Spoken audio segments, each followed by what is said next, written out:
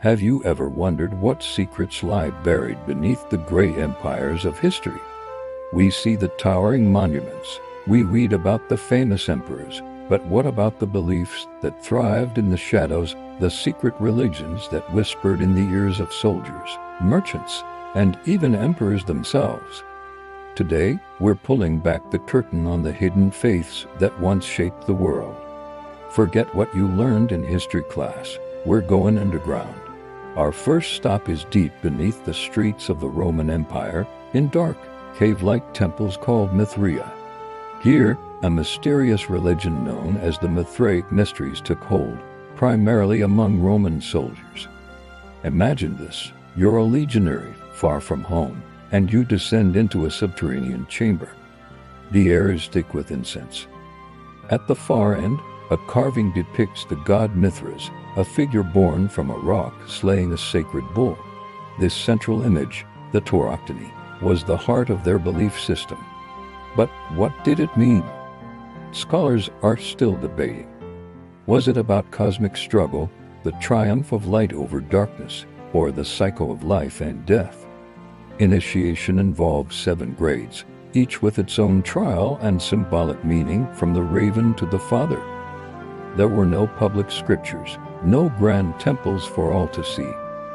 It was a brotherhood, a secret society that offered its members a sense of community and a promise of salvation in a violent world. The loyalty fostered in these Mithraea strengthened the bonds between soldiers, which in turn strengthened the very legions that held the Roman Empire together. But as Christianity rose, this underground faith vanished, leaving behind only its enigmatic temples and the tantalizing mystery of what its followers truly believed. Now, let's journey from the barracks of Rome to the banks of the Nile, following the trail of a goddess who conquered the hearts of an empire, Isis. Originally an Egyptian goddess, a devoted wife who resurrected her husband Osiris, Isis's appeal was universal. Her cult was a story of resilience, love, and the promise of an afterlife. As the Roman Empire expanded, her worship traveled with merchants and sailors, spreading from Alexandria to the bustling port of Ostia and right into the heart of Rome itself.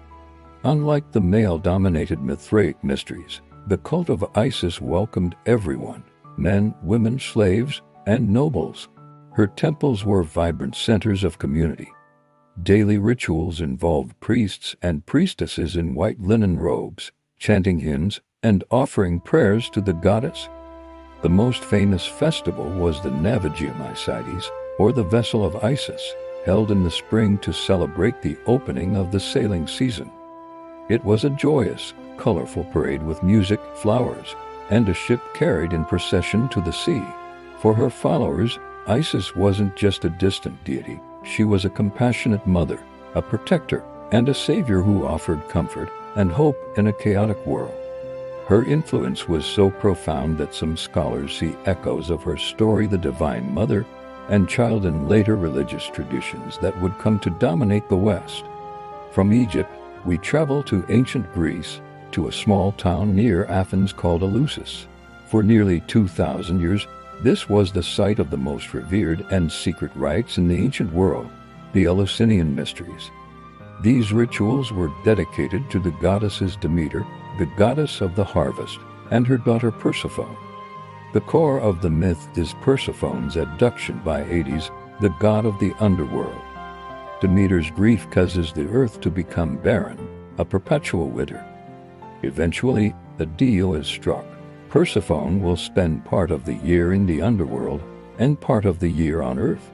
Her return each spring signifies rebirth, the return of life, and fertility to the land. To be initiated into the Eleusinian Mysteries was to witness this story firsthand. Initiates, called mystai, would undertake a sacred pilgrimage from Athens to Eleusis, engaging in purification rites along the way. Once inside the sanctuary, the great hall known as the Telesterion, they experienced the secret part of the ritual, the dramina, legomena, and dictamina, the things done, the things said, and the things shown. What exactly happened in there? We don't know for sure. The penalty for revealing the secrets was death, and the initiates kept their vow of silence. But from fragmented accounts we can piece together that it was a powerful transformative experience, likely involving a dramatic reenactment of the myth, psychedelic potions, and a vision that promised initiates a blessed afterlife, freeing them from the fear of death. These mysteries gave countless generations of Greeks a profound sense of spiritual hope. Now we turn to a group that challenged the very foundations of early religious authority, the Gnostics. The term Gnostic comes from the Greek word gnosis, meaning knowledge. But this wasn't just any knowledge, it was a secret divine wisdom that they believed was the key to salvation. Gnostics had a radical view of the world. They taught that the material universe was a mistake, a prison created not by a benevolent God but by a lesser, flawed deity called the demiurge. Our souls, they believed, were divine sparks trapped within this flawed physical world. Salvation, therefore, wasn't about faith or good works in the traditional sense. It was about achieving gnosis, a direct, personal experience of the divine that would awaken the soul and allow it to escape the material prison and return to its true spiritual home.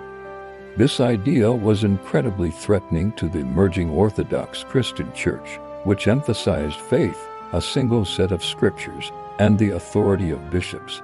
Gnostic teachers like Valentinus and Basilides offered alternative gospels and interpretations, such as the Gospel of Thomas or the Gospel of Mary, which presented a very different picture of Jesus and his teachings.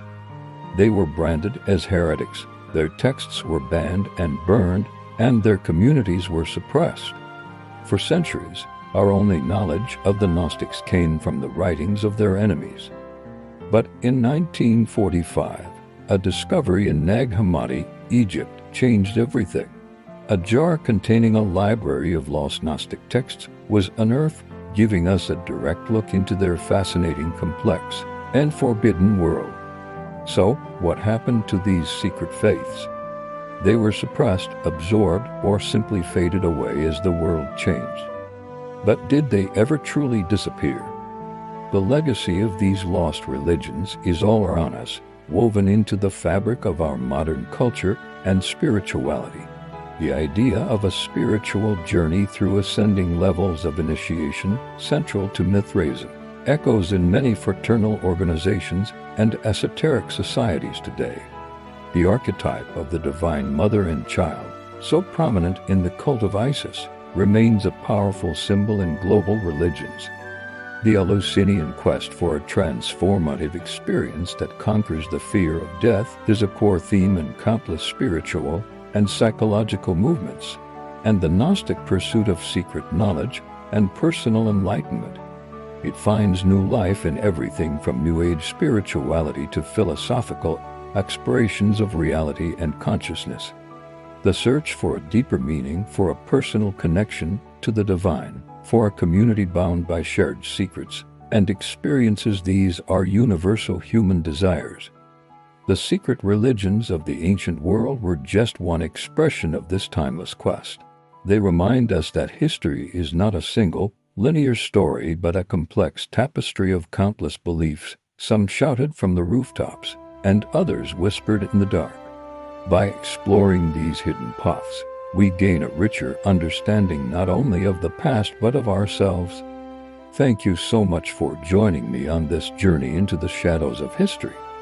If you found this exploration fascinating, don't forget to like this video and subscribe to the channel for more dives into the world as hidden stories. Let me know in the comments which of these secret religions you find most intriguing. Until next time, keep questioning.